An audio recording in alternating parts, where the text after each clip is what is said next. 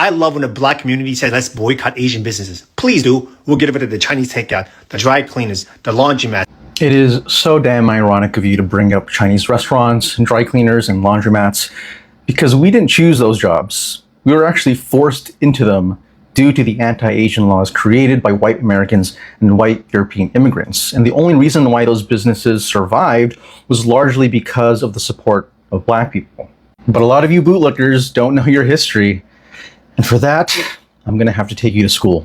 Domain expansion. Infinite TED Talk. What's up, everyone? My name is Rainier, and this is the true history of boycotting Asian businesses. You see, before Chinese restaurants and gas stations and beauty supply stores, the first Chinese migrants were actually in America in the 1800s during the California Gold Rush, and then to build the Transcontinental Railroad across the West Coast. But when the gold ran out and the final train tracks were laid, the American economy fell into a depression, and poor white Americans and European immigrants started to feel threatened by Chinese labor.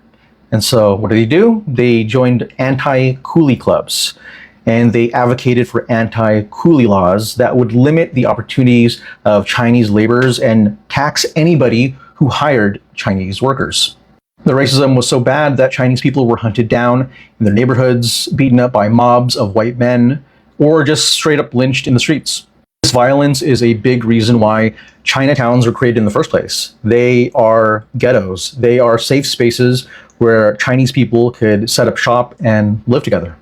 But because of these anti-coolie laws, the only businesses that they could set up and get financing for were restaurants, grocery stores, and laundromats. Side note, so you should definitely watch the Warrior series because it's based on the writings of Bruce Lee, and it's set in the 1870s during all of this anti-Asian racism. But even though black people were fighting their own freedoms at the time, they still took the initiative to speak up for Asians.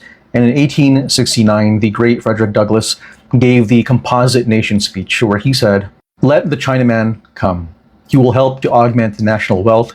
He will help to develop our boundless resources. He will help to pay off our national debt. He will help to lighten the burden of our national taxation. He will give us the benefit of his skill as a manufacturer and as a tiller of the soil in which he is unsurpassed." Then in 1871 in Los Angeles, a mob of 500 white men robbed Chinese businesses and killed 19 Chinese immigrants. Hatred was so commonplace that companies would release advertisements to sell their laundry products using anti-Chinese racism. And then decades later, when the Hoover Company needed to sell washing machines, they published this ad over here depicting Chinese laundromat workers being displaced by automation.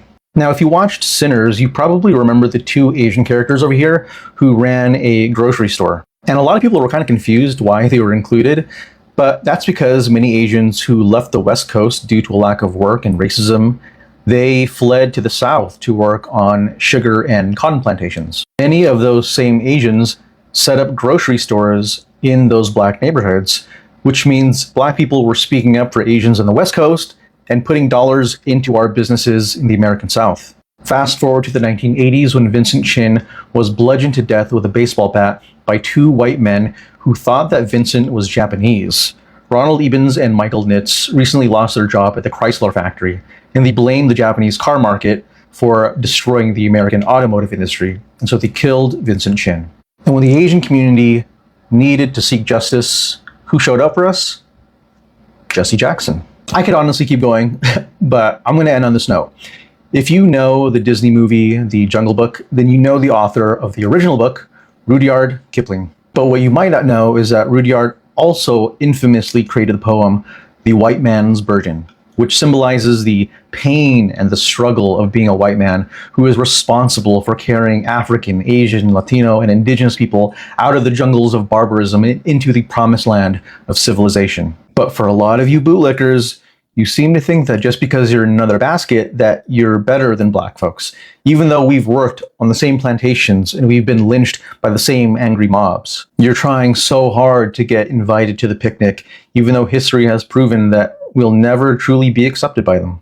And in fact, history shows us the opposite. History has shown us that even though black people have no reason to invite us to the cookout, for well over a century, they have still had the heart to save us a plate. So to all you ungrateful Asian bootlickers out there crying about black people boycotting Asian businesses, just know that this protest doesn't come from nowhere. It came from over 100 years of showing love to Asian people and not receiving that same love and support in return.